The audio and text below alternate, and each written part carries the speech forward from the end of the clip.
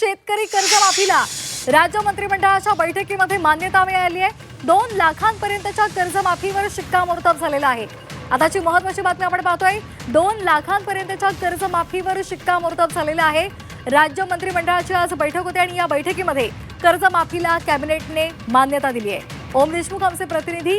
ओम, ज्याची आपल्याला प्रतीक्षा होती ते आता झालेलं आहे। राज्य मंत्रिमंडळाच्या बैठकीमध्ये कर्जमाफी झालेली आहे, त्याला मान्यता मिळाली आहे।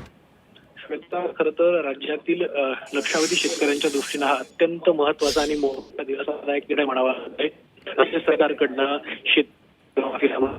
अखेर राज्याचे मुख्यमंत्री देवेंद्र फडणवीस यांनी सकाळी या संदर्भातलं सूतोवाच केलं होतं की शेतकरी कर्जमाफीचा जो निर्णय आहे तो अंतिम टप्प्यात असून त्या संदर्भातला निर्णय घेतला राज्यातल्या निवडणुकीच्या अनुषंगाने पाहायला गेलं तर निवडणूक आयोगाने दिलेल्या निर्देशामुळे या घोषणा केली जाणार नाहीये।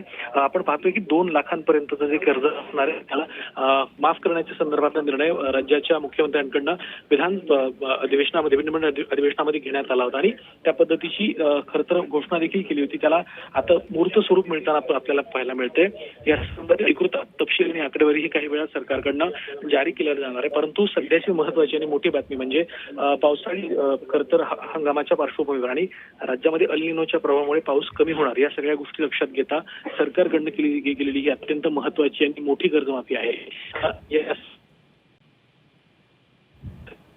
निश्चित धन्यवाद ओम देशमुख आपण दिलेल्या सविस्तर माहितीसाठी। तर राज्यातल्या शेतकऱ्यांना याची प्रतीक्षा होती आणि आता ती कर्जमाफी झालेली आहे आणि त्यामुळे निश्चितच शेतकऱ्यांना यामुळे दिलासा मिळणार आहे।